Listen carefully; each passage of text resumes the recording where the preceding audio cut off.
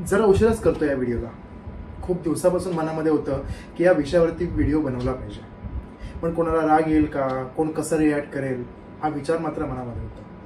पण मग शेवटी मनात विचार केला की माझ्या मनातले विचार मला बोलण्यापासून कोण थांबवणार आहे। ज्याला पटलं तर पटलं, ज्याला नाही पटलं तर उणीवा काढणारे खूप आहेत, हा विचार केला आणि ही व्हिडिओ बनवतो। त्यात मी हरेश्वर गुरुनाथ सोनसुरकर। तर विषय असा आहे, बऱ्याच दिवसांपासून एक विषय इंस्टाग्रामला स्टोरीला ट्रेंडिंगला चालू होता आणि तो म्हणजे ऑल आईज ऑन राफा, राफावर आमचं लक्ष आहे। बरं, व्हिडिओ सुरू करण्याच्या अगोदर मी एक कट्टर हिंदू आहे हे सांगायला मला अजिबात लाज वाटत नाही, पण या विषयावरती आपण नंतर येऊया, हिंदूच्या विषयावरती आपण नंतर येऊ।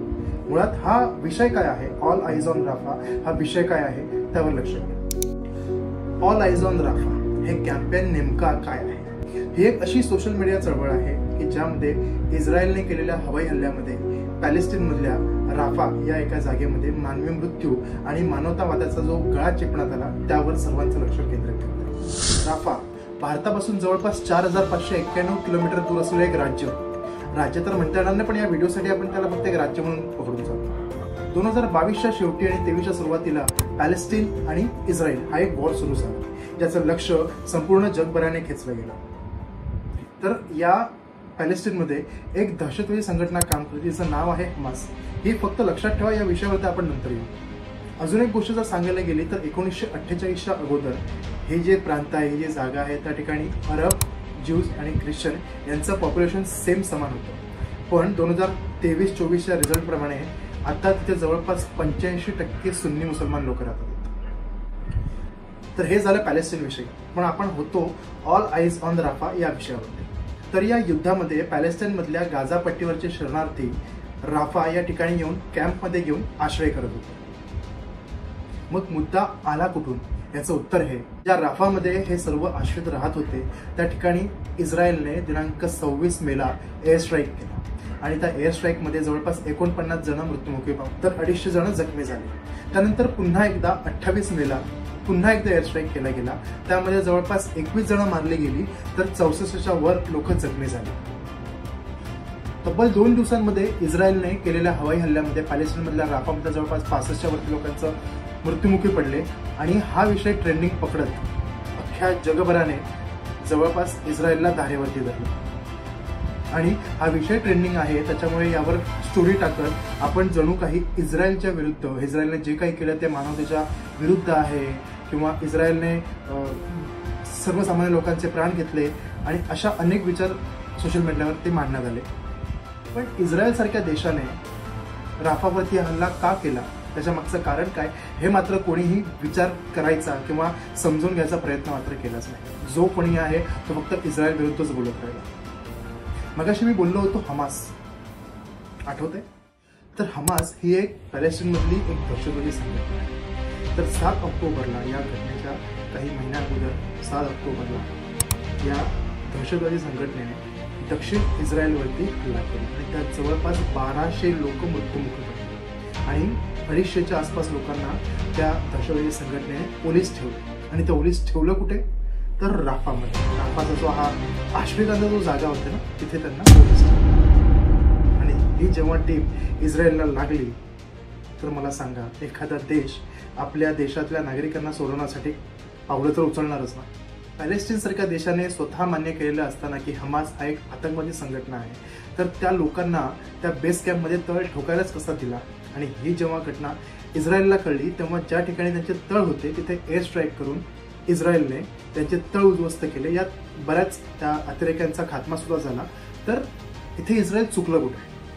बरं, तुमच्या एक नॉलेजसाठी म्हणून सांगतो, हा जो दक्षिण इस्रायलचा जो प्रदेश आहे त्या ठिकाणी जवळपास 13% मुसलमान लोक राहतात। त्याच्यामुळे मानवतावाद आणि मुसलमान हे काही इंटरकनेक्टेड नाही, एवढं मात्र तुम्ही लक्षात ठेवा। आता मला सांगा, हा 1200चा आकडा मोठा आहे का हा 49-65चा आकडा मोठा आहे? आणि जर या 49-65 लोकांच्या मृत्यूसाठी जर तुम्हाला मानवतावादाचा गळा चेपला जातो हे जर दिसतंय, तर मग हीच मानवतावाद 7 ऑक्टोबरला कुठे गेली होती? तर ज्या ऑल आईज ऑन राफा या विषयावरती तुम्ही ट्रेंडिंग असताना स्टोऱ्याज टाकत होता, 7 ऑक्टोबरला चला हा विषय ट्रेंडिंग नव्हता, पण हा विषय तरी तुम्हाला माहिती होता, तर त्यावेळेला तुमचा मानवतावाद कुठे गेला होता? त्यावेळेला तुमची स्टोरी या विषयावरती का पडली नव्हती? हा सुद्धा एक विचार करण्यासारखा भाग आहेच. जे दिसतं तसं नसतं म्हणून जग फसतं, ही संकल्पना आहे, हा जो विचार आहे ना, याच्यावर आपण सुद्धा कुठेतरी विचार केला पाहिजे. जे दिसते म्हणून आपल्या इंस्टाग्रामवर स्टोरीवर टाकावं म्हणजे आपण सो कूल असं राहू नाही. विचार करा. नाही आता तुम्ही बोलणार की नाही आम्ही मानवतावादासाठी हे टाकले, आम्हाला ते माहिती नव्हतं म्हणून आम्ही यावेळेला टाकले. तर तुम्हाला म्हणून सांगतो, जर मानवतावादाच्याच गोष्टी करताना तर मला सांगा, ज्या वेळेला पॅलेस्टीनने इस्रायलवरती हमला केला होता आणि त्यात एक भारतीय महिला, या महिलेचा फोटो बघा, ही महिला जेव्हा मृत्युमुखी पडली त्यावेळेला तुमच्या इन्स्टा स्टोरी का नाही पडला? तेव्हा कुठे गेला होता तुमचा मानवतावाद? ज्या देशात तुम्ही राहता, जिथं खाता, जिथं हकता, त्याच देशाच्या 2 राज्य जवळपास 8 महिने जळत होती, मिझोरम आणि मणिपूर. ज्या समाजातल्या त्या राज्यातल्या समाजातल्या एका बाईला नग्न करून तिच्यावर बलात्कार केला गेला, तिला रस्त्यावरती तिचे धिंडवडे काढले. समाज सोडून द्या, पहिली ती भारतीय आहे हा विषय जर तुम्ही लक्षात घ्या. आणि जर तेव्हाही तुम्ही या स्टोरीज याच्यावर काही बोलला नसाल तर तेव्हा कुठे गेला तुमचा मानवतावाद?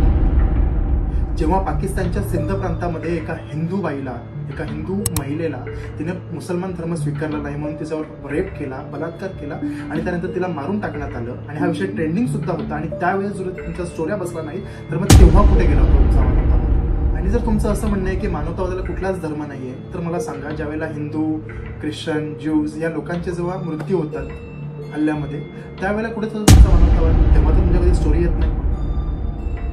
एखाद्या पर्टिक्युलर समाजातल्या लोकांना मारलं गेलं, लहान पोरं होती, ऍक्सेप्टेड, जे झालं चुकीचं झालं, पण त्यावेळेला तुमचे स्टेटस का नाही? त्यावेळेला तुमच्या स्टोऱ्या का नाही? तेव्हा तुम्हाला मानवतावाद कसा दिसत नाही? नाही म्हणजे एका मुसलमान देशातली लहान मुलं मारली गेली, त्यांचे आईवडील त्यांच्यापासून हिरावले गेले, हे खरंच दुःखीची बाब आहे. आणि एक हिंदू, एक भारतीय हिंदू म्हणून, एक सनातनी म्हणून मी या गोष्टीला कधीच दुजोरा देत नाही. किंवा आमचा धर्म सुद्धा आम्हाला सांगत नाही. आमचा धर्म सुद्धा आम्हाला नेहमी हेच सांगतो की जगा आणि जगू द्या, सर्व धर्म समभाव, हेच शिकवण आम्हाला आजपर्यंत मिळालेली आहे. असोत तर थोडक्यात हा विषय तुम्हाला समजला असेल आणि तेवढे तुम्ही कॅपेबल आहात म्हणून हा व्हिडिओ इथपर्यंत तुम्ही बघितलेला आहे. मला त्या सर्वांना एक संदेश द्यायचा आहे, ज्यांनी ही स्टोरी आपल्या इंस्टाग्राम स्टेटसला टाकली होती, आपल्या व्हॉट्सअप स्टेटसला टाकली होती, स्टोरीज टाकल्या होत्या, त्या सर्वांना मला संदेश द्यायचा आहे. ज्या देशात तुम्ही राहता, जिथं कमवता, जिथे तुमचं सर्वस्व आहे, त्या देशापासून लांब असलेल्या, जवळपास 4600 किलोमीटर लांब असलेल्या एका देशातल्या नागरिकांविषयी तुम्हाला पुळका येतो. पण त्याच वेळेला तुमच्या देशातल्या काही राज्यांमध्ये अशा घटना घडतात की जिथे मानवतावादाची अक्षरशः आई बहीण करून टाकली जाते आणि त्याचा तुम्हाला घंटा फरक पडत नाही. आणि फरक पडतो तेव्हा जेव्हा मानवतावाद एखाद्या पर्टिक्युलर धर्माशी जोडला जातो. आणि जर असं असेल तर तुम्हाला तुमचं अंतर्मन जागृत करण्याची गरज आहे. जे काही झालं त्याला एक हिंदू भारतीय म्हणून मी कधीच सपोर्ट करणार नाही. पण जर हीच परिस्थिती जर भारताच्या बाबतीत झाली तर एका सनातनीला, एका हिंदूला लहानपणापासून एक श्लोक शिकवला जातो आणि तो शिकवलेला आहेच. तो श्लोक म्हणजे अहिंसा परमो धर्म, धर्महिंसा तदेवच. याचा अर्थ असा आहे की अहिंसा हा परमधर्म आहे, पण धर्मासाठी केलेली हिंसा ही सर्वोत्तम पर्याय.